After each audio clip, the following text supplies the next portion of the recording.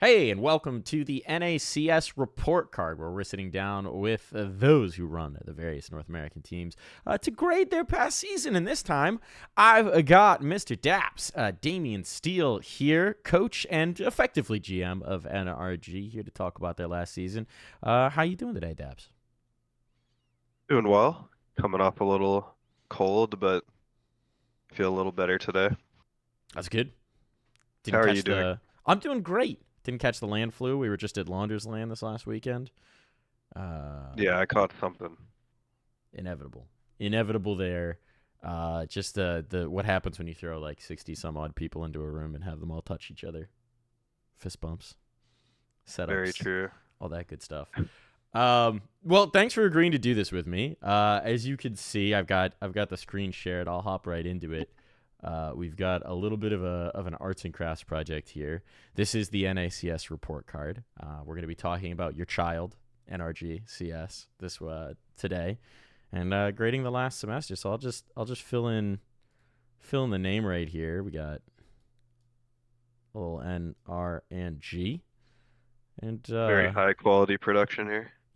I am an artiste, if nothing else. So let's See dive that? into it. I think the first grade, right, is sort of at the end of the day the most visible one is results. Um, wasn't the greatest season for you guys, right? Well, what do you make of the results for NRG this season? Definitely wasn't the best season. Could have been worse, but I'd say it's definitely not close to what we had planned. But I mean, we had some bumps along the way. I'd say Mm. like the main goal was to make at least one major, and we didn't do that, so I put it as a failure. Yeah, I'm we'll focus in specifically on like this last basically since the player break, but we can talk about a little bit of what's come before that as well for sure. Yeah, I mean that was the tough one, right? Not getting the chance to go to the RMR, not making it through the qualifier. Um, what went wrong for you guys there Or the oh yeah. I for the mean, perfect world stuff? honestly, I mean it's really because we went to the complexity facility Yeah. because, certain players on our team had ping issues or didn't like, playing from home just because of like internet. So we paid to go to the complexity facility. Um, and I mean, just the vibe I got was nerves, to be honest. Like I couldn't actually be in the room with them and coach, Mm. unfortunately, and like help maintain sort of some kind of positive atmosphere. I don't think it was something that was necessarily like where the atmosphere is awful to the point where people are tilting or anything like that, but anytime they'd walk out of the room and I knew we lost, I could kind of just feel that vibe. I don't know to explain it, but it just seemed like an immense amount of pressure because like even though we're not the highest paid team in NA, we are more invested in than a lot of the teams we lost to. So there's like higher expectations for us just based on that. And we have we had like a lot of name value on the team too, right? So Yeah. generally it's like when you're gonna pick up people who are experienced and proven already, you're expecting quicker results, right? Because they're everyone's kind of a known quantity to some extent. Whereas if we picked up four young people who weren't proven, then like expectations would be completely different. So I'd say that in itself was a failure. Just the roster on paper should be making the RMR at a minimum. Yeah. I'm curious to hear about, how that pressure effectively works for you because right you do kind of have this interesting situation where you have those established players, you have names that have the track records, you have names that have been there that have lifted trophies before, and the success hasn't come quickly, right, since this project started, but especially this last season. Do you think there's kind of that almost like a spiral, right, where when things aren't clicking the way you expect them to, then you're trying to force it too much, and sort of how do you cope with that? How do you sort of message to the team to try and avoid that stuff? It's hard just because like everyone gains pressure in their own way, right? Like some players maybe they feel a lot of pressure because they feel like their career's in jeopardy, right? Like Hmm. maybe it's going through their head like if I get cut from this team, like I'm pretty much done, you know? Like that is a real thing that, I've seen a good amount of players go through where, that's like a huge thing. It's like we're NRG, we're getting paid a good amount. We missed this RMR, missed the major, and then if I get cut, and then if especially if like the team does better after I get cut, then it's just gonna make me look even worse. Like a lot of people, and there's not like this isn't like something that's unreasonable either. Like it does Yeah. matter, kind of like your image to some extent, you know. Um, Especially if you're like you're an older player and you get cut from a team that's not even in tier one anymore. Um, it's not necessarily good luck. It doesn't mean like necessarily everything was on you, but that's definitely like something that goes through people's heads, I feel. And then like the other pressure that I'd say people might have been feeling was just like their own personal expectations of like where they kind of see themselves as a player and where they should be performing. And then, if they're not performing to the level they think they should be playing at, then they just start losing confidence Mm. and it can spiral for sure. Especially our team has a lot of passive personalities, I'd say, which can be a positive, but I think it can also be a big negative. Like usually I want at least one person in the team to have like kind of an ego, you know? Like I think it does matter. Yeah. Um Having someone who no matter what is happening, like they're gonna stay consistent. I think it's something we've dealt with for the most part by the end of the year, but I feel like we have a lot of players who could shut down in like high pressure situations. They're not going to necessarily like tilt in a way that's super vocal, but they're probably going to be playing a little more timid, not doing things that they would normally do in practice per se. And I mean, if you watch how he played like in the RMR versus I think Legacy especially, like Hmm. we played like huge pussies, like massive pussies.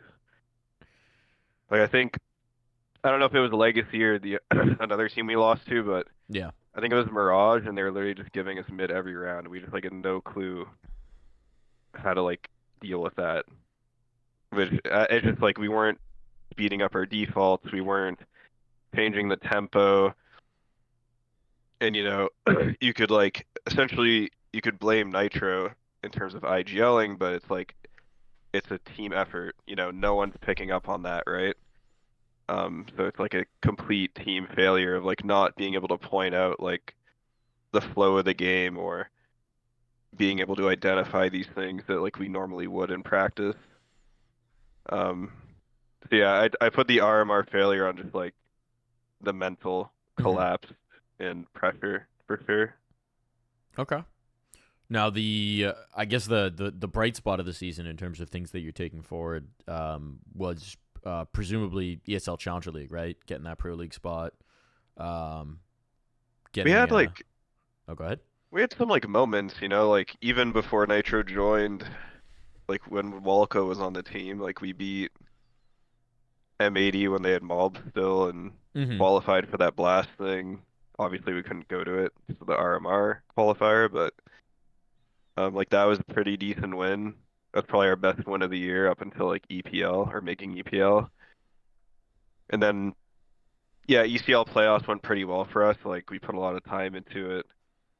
I'd say we focused a lot more on anti-stratting and trying to change our game a little. I felt like we played kind of obvious a lot of the year, Okay. and we also just kind of struggled to like improve at a faster pace. Like I felt like we were improving over the course of the year consistently, but it was at a snail's pace. And I could make excuses like we never boot camped in Europe. It's hard to necessarily pass the opposition you're playing against when that's all you play against. Um, I mean, any team I had success on in the past, Hmm. I needed a boot camp. Like I had to go to Europe for at least a week or two to see any sort of like significant increase in our play. But it's like I'm not taking shots when I say this, but it's just like if all we're playing is, nouns, or we don't even scrim like wild card or M80 or complexity anyways. So it's like we're playing nouns and fuck, who do we play? Laser, Exolus laser, and then like Fluffy Aimers PA. That's like our practice for the whole year, Yeah. pretty much. So it's like, again, I'm not taking shots at them, but it's like it's not just them, it's us too. Like we're all not really able to like improve at an exponential rate, Hmm. because we're not getting tested in scrims, like I'd say our macro is probably better than most of those teams, but you know, there's it's not like our macro is perfect. It's not like our micro is perfect. But like when we're scrimming these teams all year, we're not getting punished for like the holes and gaps in our game. Even just like I feel like our macro is like fairly obvious or readable this year, and I feel like M80 abused us a lot, especially on our CT sides, which is why we lost so badly to M80 a couple times. Hmm. But it's like it is challenging to play M80 or even wild card to some extent because like they go to Europe a lot more, especially M80. So they're just going to be a step ahead regardless. So that's why like going to EPL this year and we're boot camping before it will be Okay. a huge boost to us, 100%. How long do you have at that boot camp before? What's the plan for that? We're doing like 10 days Nice. and then we'll be there for EPL as well, so we'll get more practice time during Pro League as well. So Okay. roughly like 2 to 3 weeks in Europe. That'll be nice. That'll be very nice. It'll be big for our team. Okay. And then the other aspect of this last month even the local lands you guys have been hitting up the Fragadelphia's hitting up the Launders land, tearing through the competition at those frankly, which is expected, but I'm curious to hear your perspective as a team that's coming in, a salaried team rocking up to lands that have some other salary teams like Sharks were at the last Fragadelphia, but then you've also got a lot of mixes or main teams, advanced teams coming through. What is that experience like as the pro, and what do you think? What do you think the value is in the takeaway for you guys? I think, I mean, outside of going for Valve points, which is obviously like the main benefit, is I think we've kind of been on and off the whole year about being able to like solidly beat the teams we should be beating. So Okay. like, Boss, PA, even like Timberman, these teams where it's like, we could just lose to them online, if we have a bad day or something, or people are making mistakes. And that'll always happen. That's happened in NACS or even European CS probably for forever. I mean, Mm-hmm. even back when I was playing, it's like you'd have the strongest team in the region lose to like some random team occasionally. That's just how the internet is, but I think it was important for us to go to Fragadelphia and show like, on land, like maybe we're stronger, Maybe that experience comes out to play a little bit more. The field at Fragadelphia wasn't the worst. It had like most of the teams that, I want to confidently beat. And Sharks, we never played them before, so I don't know what level they are in their own region, but they made the finals, so they must be pretty good, comparative to like the other NA teams that were there. Mm-hmm. I think they beat Nouns and Nouns someone and else or Boss. PA. Nouns take flight. Boss might. Yeah. Okay, so yeah, I mean, we had no clue. We never watched Sharks play before, but we just did a little bit of prep, and it was fairly smooth sailing after we played them the first time. Once we kind of got a feel for how they play, it was a lot easier in the final. Um, but yeah, I mean, I think that was the main reason. And then for the Launders land, we were hoping that, nouns would go or like fluffy aimers and that there'd be valve points. Yeah. Um, that didn't end up happening. So I mean, at the end of it, we kind of just felt bad being there at the end of the day. We're just taking money from these people. So, like after there was no valve points and after like the good teams dropped out, it was kind of a waste of time for us. No offense, but like we didn't go for the prize pool or anything like that. Yeah. So we were literally just going because there was a couple ECL teams there, and there was going to be Valve points. And the second both of those were off the table, we're literally just stealing like lunch money from kids. So it kind of felt bad, honestly, winning that. But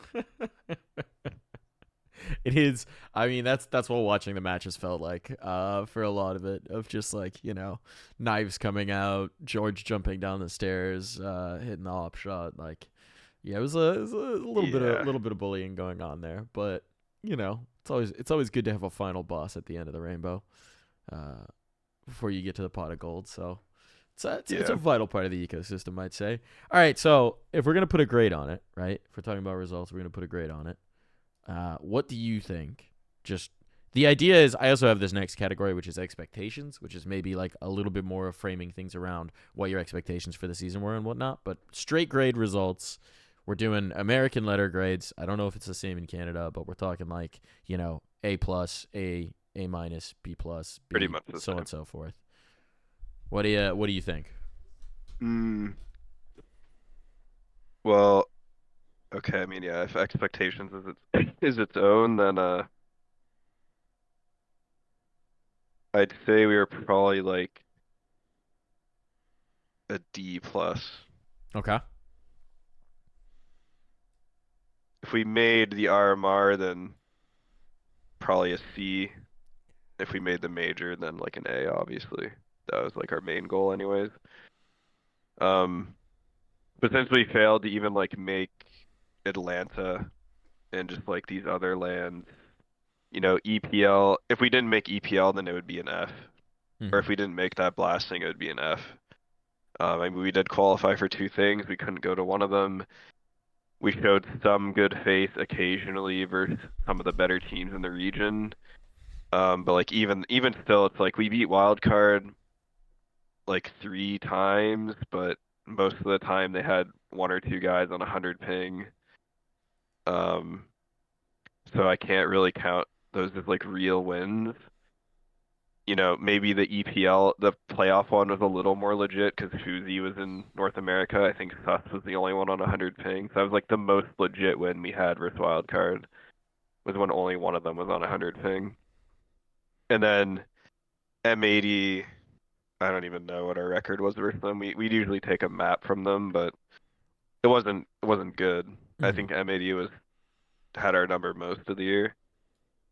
Um, but yeah, I mean we beat M80 once when they had Mulbs, and then you know what I mean. It's just like we had some moments, but Yeah. we weren't consistently beating the teams we had to beat. Like we lost a boss and a CCT. That was detrimental to our points. Like we lost like 25 points losing that. And then I think we lost to like PA at the start of the year. There's like wins where it's like we just should never lose, and then there were some moments where like we were on the up, and it's like, hey, we can make this land, and then we would lose. Like I think the Atlanta qualifier, we made the final, but then lost to wild card or something in the lower bracket. Mm-hmm. And even when I was playing, we were in the Melbourne qualifier final, and we lost, and we came last at the RMR for the Copenhagen major. Yeah, I mean, overall, I'd say D plus is fair. Yeah, I think it's reasonable. I mean, I think yeah, a few things just didn't break the right way. But speaking about expectations for that, right? I mean, I think there was this idea at the beginning, I guess around this time last year, November of last year. Well, I guess now 2 years ago, because holy shit, it's 2025. But NRG coming back in, Splash, a lot of established names on the team. What were your expectations coming into the season? I mean, I know you said the big goal was to make a major this year, and obviously that didn't happen. But in the context of those expectations, like how do you think you did? Expectations for just this year? Yeah, sort of like I guess my thinking with the difference between results and expectations is like results is like not graded on any kind of curve, the raw like this is what happened. And then expectations is more like how are you looking at it from an org internal perspective? Like, how much above or below what you expected to happen did you achieve? That kind of thing. Well, I kind of said it already, but I mean, the expectation was to make one major. That's Mm-hmm. pretty much the only expectation. Um, I wouldn't even say expectation. That was a goal Okay. to hit. The expectation for the first year, I'd say, is similar to when I joined NRG in 2017, is that the first year is kind of like the building year. Like you're trying to figure out, who's the core of the team, who's going to be here long term, who's not going to be here long term, what pieces are working, who's not. And then after the first year is when you can start setting like actual expectations. Like for 2025, the expectations are to be around like the 16th to 20th spot in the world ranking Mm-hmm. fairly consistently. Once we get there, we want to stay there and then make one major. That's like we have actual expectations this year. Yeah. Not that we didn't, but like we kind of had like a bunch of roster changes in 2024, and it is just tough. If you're not like it was still like the partnered circuit, so you're not getting like free invites like the old EG rosters used to get. So it's like it might be easier now with the Valve system and it's a little more open, but yeah, 2024 was mainly just a building year trying to figure out the core of the team. And this year we're focused on like breaking into the like place where we're getting invited to events consistently, as I'm sure every organization is. Okay. Do you? I mean, I guess we'll talk about this when we talk about optimism. But I am curious to think or to see if you think the new world order of the VRS invites makes life easier or harder for a team like you guys. Okay. But we'll talk about We that in a can get minute. to But if that, we're yeah. if we're gonna throw a letter grade on expectations here, For um, 2024. for 2024, how you performed relative to those, what are you thinking? B plus, B minus. Okay, should we just go solid B then, or C plus B You, minus? C plus B minus. Okay. yeah, you can just go like B minus. We'll hit it with a B minus. Now, this did dovetail nicely into roster moves. You were talking about, a building year, trying to figure out who's that core. Lots of changes for you guys in 2024, particularly this last season. You have Nitro come in immediately after the player break, right? Walko out, Nitro in. And then most recently, you've just had George come in for automatic. So I'm curious to I guess we'll start talking about Nitro, right? Because that the in-game leading position always going to be something pretty central to how the team functions. What triggered that change? What made you want to bring in Nitro? Uh, I mean, the simple answer would just be experience. Mm-hmm. I think, I think even in like, if we're comparing Walco to Nitro, even if there isn't a huge difference per se in calling ability, it's like Nitro just has like a system that he's had for his whole career, Like he knows how to build a system, he knows what it takes to win, and even if Walco can someday become a great IGL, I just I don't think the team felt that he was at that point to where, like Walco it would have taken like a year or two probably Mm-hmm. to get him to that point, and it's CS isn't a game where you can have like 5, 10 year rebuilds like traditional sports. Like you need results fast in esports. You're not given like too much luxury. Um, so for me, it was kind of just a no-brainer. Like I've worked with Nitro before many times. Mm-hmm. I've known him personally forever. So it's just kind of like good working relationship. He has experience. I I also felt like he's better individually, and yeah, I mean, those are pretty much the reasons without going into like crazy detail. Yeah. Okay. With in terms of like the system, right, of like how the team functions, how the calling works, what's that relationship like between you and him in terms of how it's built, whose vision does it follow, kind of thing. Well, I mean, a big thing is that, like, especially when I was in IGL, I Mm, never wanted the coach to take over, you know? Like, if I'm calling, I want it to be my system, because it's not, I mean, some IGLs might operate in that way, but it's not easy, at least for me, to call someone else's system, you know? Like, sure. if it's my system, then I'll be able to call to like 150%, because I know it's my stuff, I know what I want to do all the time. I don't have to like learn someone else's way of doing things. So, I mean, with Nitro, especially for T sides, he, you know, at the end of the day will decide like what we're doing with the assistance of, I mean, when Automatic was on the team, like obviously Automatic and I have a say in like what we're doing, you know, if we're bringing like some strats or like helping out with defaults, adding on to defaults, making them a little more in depth. But overall, it's like we try to have like the same vision, and even though I'll always like trust my IGL and give them like executive power, I do want like the leadership, the people with leadership skills on the team to like agree on how we're gonna play. Sure. Um, and then for CT side, it was kind of the same thing, but I'd say Automatic controlled. I guess you could call him like the CT side IGL. But Automatic controlled like a lot of our CT sides and how he played. Mm. And I think part of the reason why the team wanted to sort of move in a different direction was some disagreements on how we play CT sides. Um, was like a big thing. And yeah, I mean, I'm rambling at this point. I think I No, answered your I mean original it question already, but it segues pretty perfectly into the next conversation, right? Which is the decision to move on from automatic to make a change there. Um, he's as you said, a guy you've worked with for a long time, you know, for a long time. Um, what again? What was the decision to move on? I guess it was, you know, if the idea was philosophical differences there, who's taking on that burden? Who's taking on that extra leadership voice in the team? well, I'd say the decision was again, like I said, disagreements kind of on how we're playing. Yeah.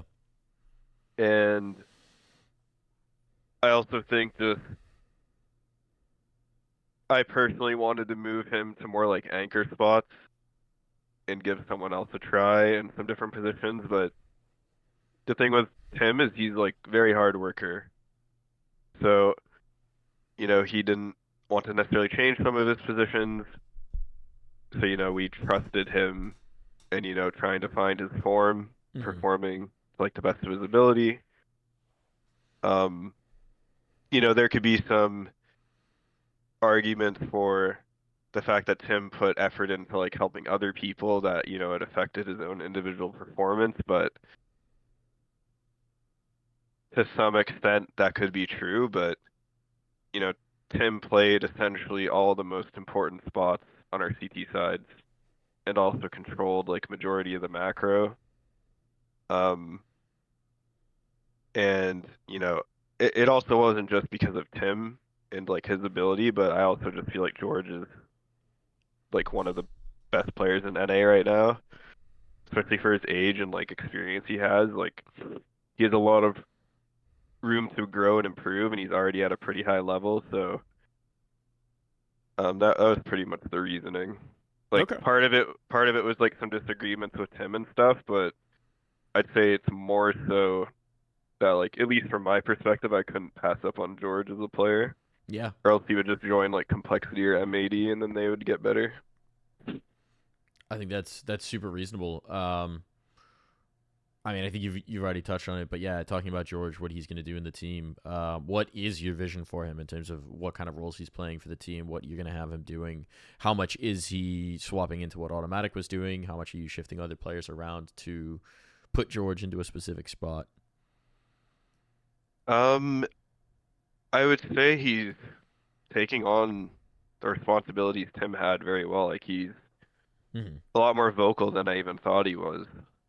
You know, he has a lot of ideas. He knows how he wants to play most of the spots. He's honestly he's in like all new spots, and Okay. he performed the best for us so far, I think. But it's like even that adaptability is very nice, Like he's playing all new positions and still performing at a pretty high level. So it's like once he gets more in tune with those positions and more comfortable in the team, like we haven't even really practiced with George yet. So once that happens, the sky's the limit for him.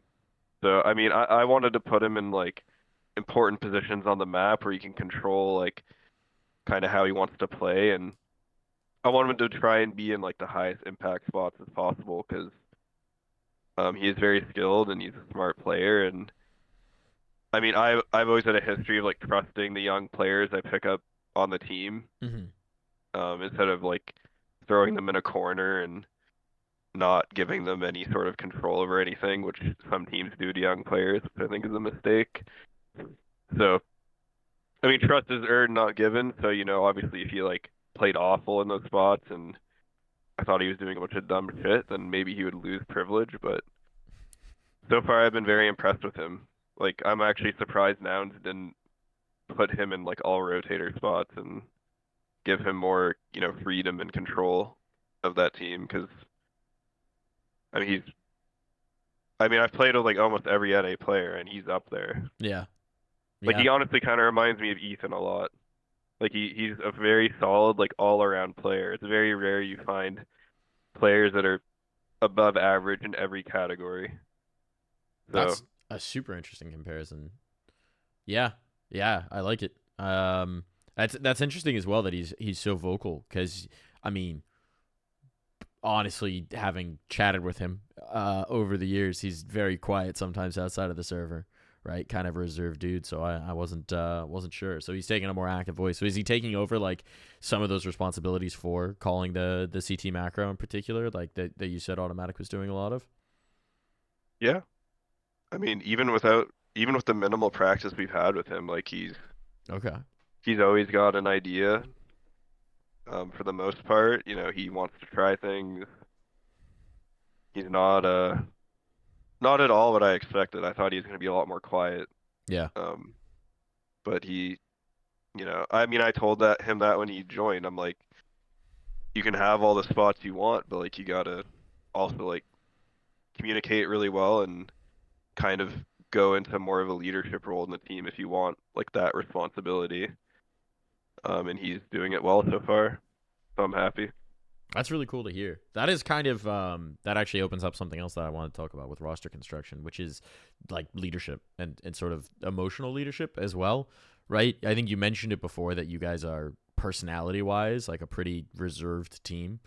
On the whole, like the only guy I can think of that sort of breaks that mold is Hext, really, who likes his pop offs every once in a while and kind of can be a little firecracker sometimes. So I'm curious about that of like where obviously in-game leadership is one thing, right? You're looking to Nitro primarily for that, but there's also that like motivational raw aspect of competition, and I'm curious what you think about that, if that's something that you think has been an issue for the team, or if you think just sort of where does that come from, and what do you think about it in the roster?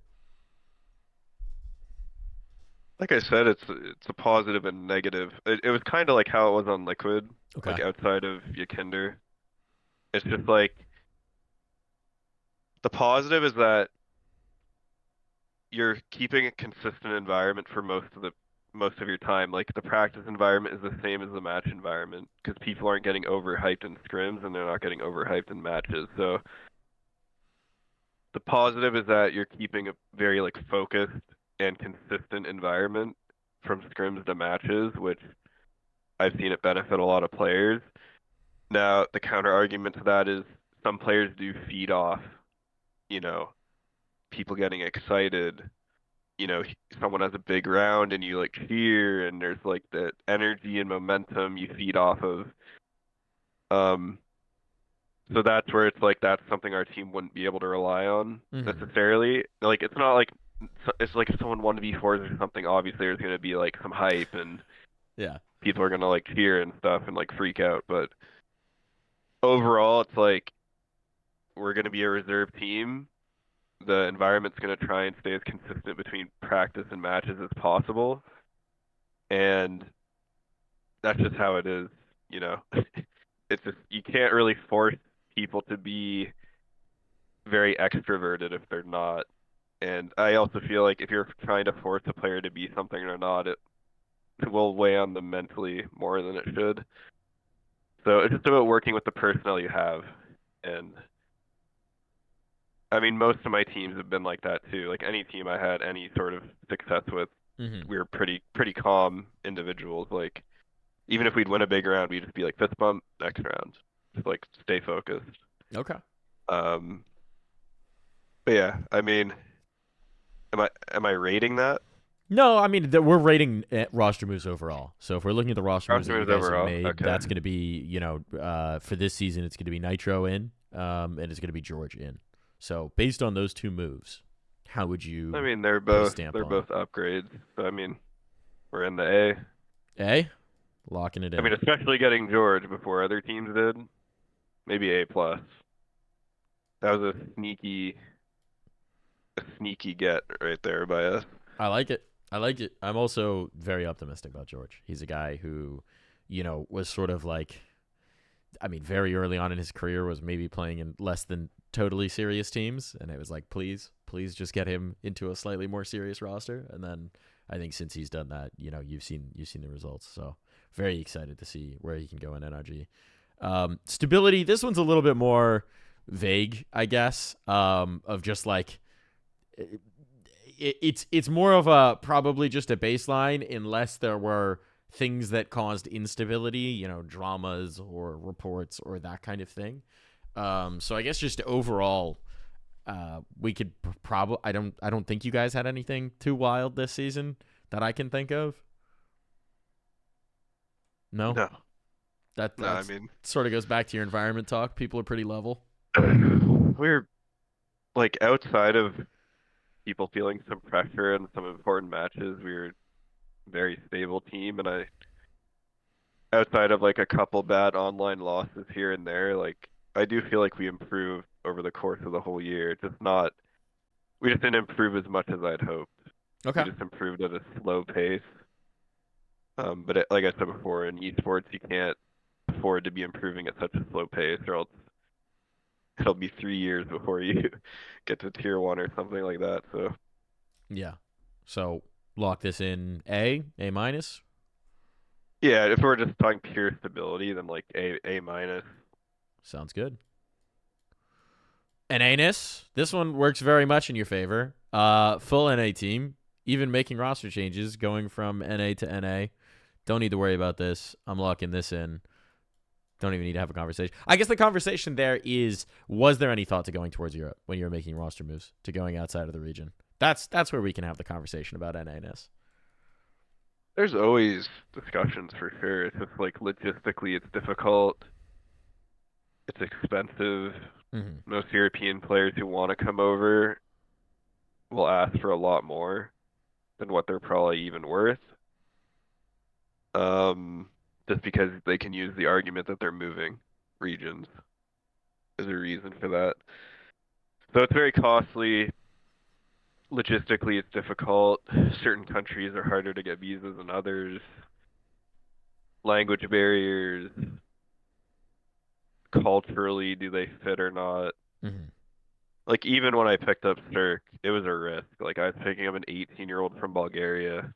Like I just purely judged it off like watching how he played to determine if he was good or not. And I talked to him like once, but like that could have ended in disaster, you know? Like he could have like got homesick or freaked out or something. I had no clue how he was as a person. It just happened to work out perfectly. Um, there's so many factors where it's like, especially at the start of the year, we didn't have the timeline. Like we kind of just made the team insta to try and get into ECL because we had to go through the relegation thing. Mm-hmm. Um, yeah, and I mean the options this year for like getting European weren't that much. Like there's a lot of Europeans now, but during the course of the year, wasn't really many people available.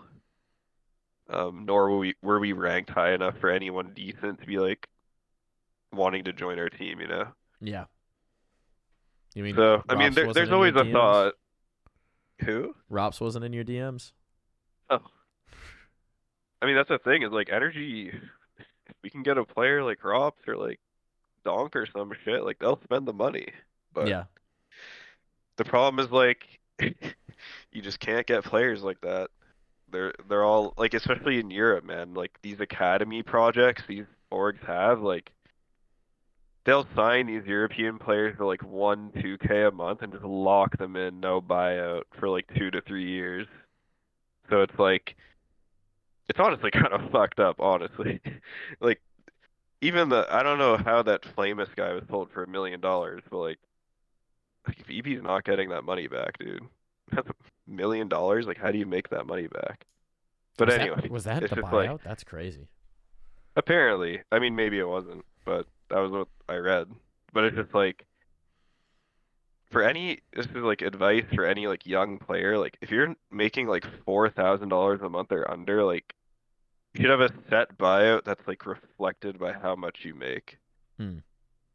Like it's crazy, like some of the things I hear, like people making like slave labor wages and their org is trying to sell them for like $250,000. Like actually insane, but I digress. Yeah, it's a good point though. Everyone sees the number, they get excited, they think, "Holy cow, I can't believe I'm making this playing CS," Well, and then they don't CS think about the buyouts are projection. absurd. Like Yeah. I'm pretty sure it's the only esport that's like this, where like players are just overvalued so high. Like there's not that many players in CS where like their brand value warrants such a big buyout, Yeah. where like a business would actually make the money back potentially through like sponsorship deals or something by having like, Simple, for example. Of course, Simple is gonna be worth a lot. Like fucking Simple. But then like you have some random kid who could maybe be the next thing, and they cost $500,000, $250,000. Like they're not actually worth that. And not only that, but they're making nothing. It's crazy. I mean, I guess in some countries like 2,000 USD goes farther, but Yeah. you know what I mean. Like Compared to what they could be if yeah, they got the compared to what opportunity. they exactly like. So I mean that's another reason too. Yeah. Just to end that point, just it's expensive going to Europe. Some of these orgs they got like the whole scene locked down. All these players cost a lot of money. And then the ones who are free, like, probably aren't that appetizing. Like, a lot of them are super old players. You don't know how like motivated they are anymore. They got anything left in the tank. Even if they are an upgrade, it might be like a 5% upgrade or 2% upgrade to where it's not even worth like the expense and logistics. Mhm. So that's like what a lot of the factors are. Okay. So this next one, optimism. This is like looking forward. This is into 2025. I mean, you said the objective for 2025 is definitely make a major, is to get into those rankings. Obviously, that first major rolling up, Austin, NA major, that's got to be a little special. What's your optimism? What do you think? Like a fan of NRG, how optimistic should they be about this next season, about the first half of 2025? For making the major, I mean, I'm very optimistic because like we just still haven't been to Europe for a boot camp because like Yeah. the schedule hasn't really allowed us to. So I'm very optimistic. Like once we go to the boot camp in Europe and then EPL, like we should be in a very good spot. Um, I don't see any world unless everyone just starts playing awful for some reason. I don't see a world where we don't have a chance to make it. Okay. Um, I'm optimistic for sure. Definitely helps the expansion. 32 teams to the major, 11 spots for North America across the stages, Yeah, I think that announcement or for was Americas. Sorry. better for NA than I thought it would be. Yeah. I thought it was going to be like a doomsday format for like smaller regions, but I think Valve did a good job. I don't know what other people's opinions are on it, but I think Europeans are sad, I but that's I good for the think game. Europeans got the most screwed Yeah. for sure, which I'm happy for because like Hell they yeah. get to just like live near every LAN and like don't have to travel from home as much, or Europe they travel like has 30 minutes. they have enough. They don't need Yeah, more. so I mean I think globally it was a good thing for the scene. Yeah. I would tend to agree. All right, so optimism, letter grade, NRG fan. How optimistic should they be on this? I would say for the scaling on this, A+ is like we're winning the major. So Okay, so it's there's your purely frame of based around the reference. major. F is like we're never winning anything. So in that on those two polls, how optimistic do you think an NRG fan should be? I think with the progress we've been making, and then also going to Europe, and with the roster change, I'd put us at like a B. Okay. Like our goal is to be around the top 20, top 16-ish for the year, stay there consistently, try to get some invites, and then go from there. And then, like our optimism or expectations can change, but I don't want to like get ahead of ourselves.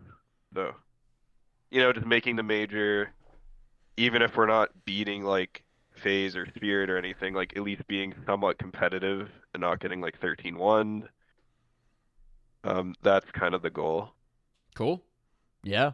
I think that's a very good place to be. This last one's kind of for everything that goes into being a CS organization outside of just the team. And actually, I want to have a conversation because I realized we didn't have a conversation. I meant to have this chat when we were talking about roster moves about sort of the way your job works, where you are effectively team manager and also coach, and there's not necessarily a traditional GM or manager above you. What does that like change about the structure? Is that good? Is that bad? Does it make life more difficult? Does it make life easier for you? What do you think about that role overall? I think it can be both. Like it definitely puts more stress on me because Okay. I have to do more things. I have to be more aware of things. I don't have like the thing with the liquid was my job was a lot easier because my whole roster was people who have won tournaments pretty much. And then I have Steve who's just doing all the manager stuff. And then I just had to kind of like fill in where I thought things were missing. In terms of like helping some in-game stuff or like managing personalities, being a babysitter sometimes. That was like my job. On Energy, it's like, but then again on Liquid, it's like I didn't really have power in the sense where I could just like make a decision on like my own accord. Mm-hmm. Um, any decision in the org was made by like the players have a lot of power, especially any org that has players who have won tournaments or anything big, like they'll always have a say, no matter who it is. I think G2 might be the only org that operates differently from what I heard, where like the management will just make a change without the players' approval. Hmm.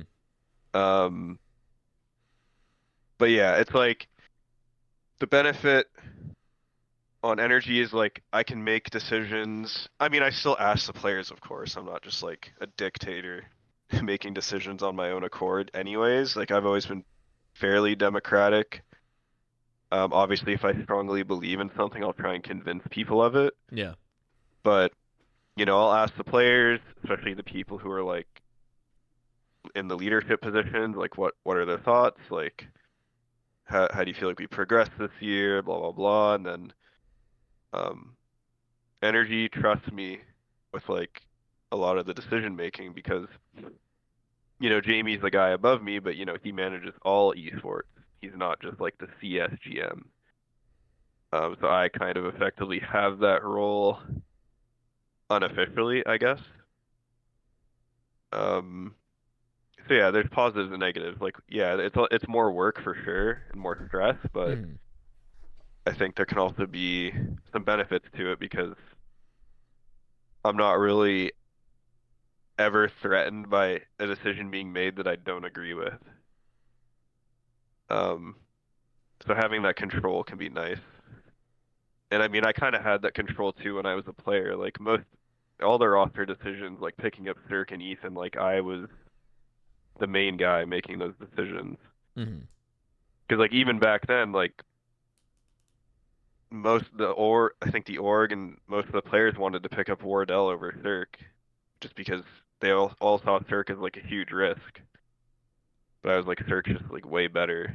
Like we just have like so it's like the one thing I've always liked about being in Energy is like they've trusted me every time I've been in the organization, and I just want to do the best for them as I can. Yeah, I like it. Um, yeah, it's. Do you think it's a little bit more of a like an old school setup in terms of having more direct, like a team is deciding themselves effectively? I mean, you as the final arbiter, but as opposed to maybe we're getting a little bit more structured, more people involved in the management. A GM, assistant GM, coach, this, that, the next thing. Yeah, Energy's not what's the word? Energy's not corporate at all. Like Okay. the reason, like when I was at EG, man, that was holy shit. That was awful. Like there's like five managers. You like don't know who has any power. Yeah. Never talked to the owner once. Like this Nicole chick's never to be found anywhere. Like, ugh, I don't even want to get into it. But yeah, it's like Energy's also not selling me false promises. Like on EG, I was lied to like so many times of like being told I could do X, Y, and Z, and then last minute they like pull the wool over my eyes. They're like, "Oh, actually, we're gonna go in a different direction with this," and I'm like, "I'll go fuck myself then, I guess." Like, so the one thing I really liked about Energy and also Liquid is like, they're not like lying to me. They're not fucking me over in any way. Yeah. Um, there's a good amount of transparency, and they tell me what they expect, and I try and reach those expectations. Yeah. So, I guess for brand, it's sort of like everything that's not the team. Um, I don't know. I guess presence in North America. How would you rate it? You guys going to the local lands? It's cool to see. It was fun at to see the vibe at Launders Land because everyone was cheering for a team to be remotely competitive against you. But then when you weren't playing, everyone was super excited to see you guys, and a lot of photos, a lot of signatures going around, that kind of thing. How do you feel about NRG's presence in the NA scene? A tough question to answer. Because I'd say it's like, I don't even know how to answer that. It's like, it's tough just because the NA scene's been like so demolished Yeah, since like 2018. Like I'd say NA was pretty strong from like 2017 to 2019. That was like the golden era for NA. But I'd say, we're doing what we can. It is nice to go to sort of those grassroots events. Um, even just like showing George and Jaden. I mean, I know they've been to some, but it's like, that's what the norm used to be like for like big events. yeah, So it's like kind of going to those, like even just meeting some of the fans is nice. I'm sure it's nice for the players too, just kind of like seeing that appreciation.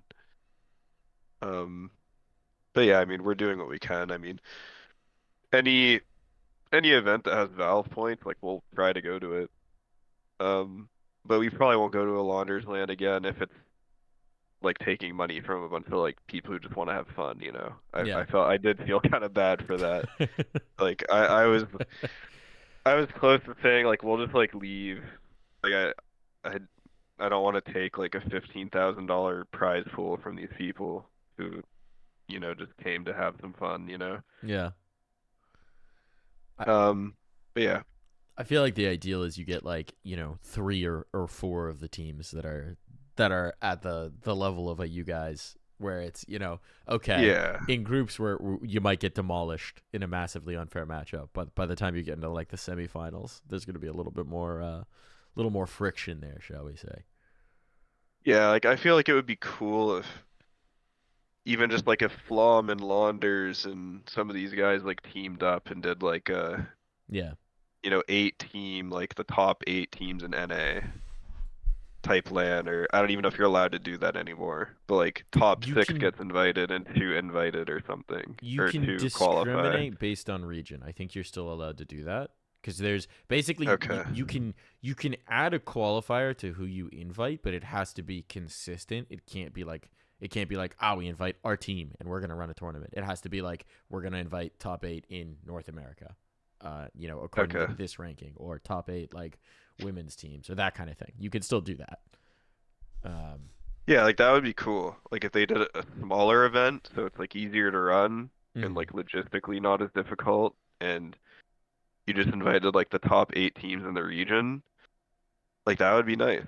That would be a good event to run. It's kind of just like a cash cup but on land. And then maybe if like some people teamed up, they could make it like a little bigger. Yeah, Yeah, something like that would be cool. Or even do like Brazil too, just like have like the top 12 America's teams there or something. that'd be sick. Like that would be really good. I'm down. I'm putting it out into the world. I will happily get involved in whatever way to make an Americas. We'll just make NA Pro League. Just bring back NA Pro League. Let's do it. Let's do it. Yeah, like Somebody, there's so many please. ways you could like market it too, like NA versus SA or like Yeah. top NA, top 6 NA versus top 6 from South America. Like you could do a lot of like different things. That would be a cool event, but yeah, I mean, we'll see. We'll get it one day. We'll get it one day. All right. So if you were gonna throw, we can either throw a letter on brand, or if you want, we can just throw an NA, non-applicable, not North America, but and just sort of move on from that one. What do you think? Well, picking up Nitro helps with NA brand for sure. That's true. Captain America, right there. Brand, I mean, just like we've stayed full NA and we got Nitro, who is one of the biggest NA brands, so you could just give us like a I mean, we don't really do content though, so you could just give us like a B, B plus.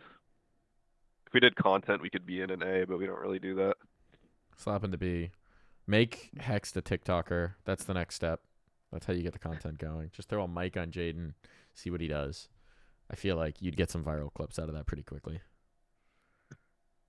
Probably. All right, so summing it up, we've come this way. We've come this far. We got the NA report card. Here's what the total report card looks like: D plus results, B minus expectations, A plus roster moves, A minus stability, A plus NA-ness, optimism B, brand B. Nice and level there at the end. What do you think? Final grade on the season. You're looking back from the player break of the summer till now, or till, I guess, this season started. What do you think? I mean, obviously some of those are going to be weighted differently for me. Yeah. Results ultimately, unfortunately, is always the be all and end all of a competitive endeavor. I'd say like C plus, Okay. C plus or a C. But yeah, I mean, results at the end of the day are matter the most. So overall, it's like definitely not what we wanted the year to look like, Mm-hmm. but it could have been worse. Could have been a lot worse. Um, I think we kind of redeemed ourselves at the end. Like even though winning Philadelphia is not like some massive achievement, there wasn't bad teams there either. There were some decent teams there. We won it without losing a map, I think. Making EPL was pretty good. We beat who do we beat? Wildcard and Legacy, who are both teams who were giving us trouble. Obviously, Wildcard had one guy on 100 ping, but Legacy had everyone in NA. That was a solid win. And that was even before we had George too. But yeah, I mean, overall, it's like the start to middle of the year was weird. Like Yeah. roster changes, trying to figure it out. And I feel like after the RMR, we had like a big wake up call. And I think since we missed the perfect world RMR, I'd say we improved a good amount to kind of saved our season to give it like a C plus. Okay. I think it's a good place to be. I think it's a good way to summarize it as well. Maybe not in and of itself the best season, but reasons to be optimistic. I think going forward, reasons to think that building into this first half of 2025 is going to be a lot stronger. Thanks Yeah. for joining me, man. This was really fun. Thanks for doing this. Thanks for agreeing to it. Thank you for hosting it.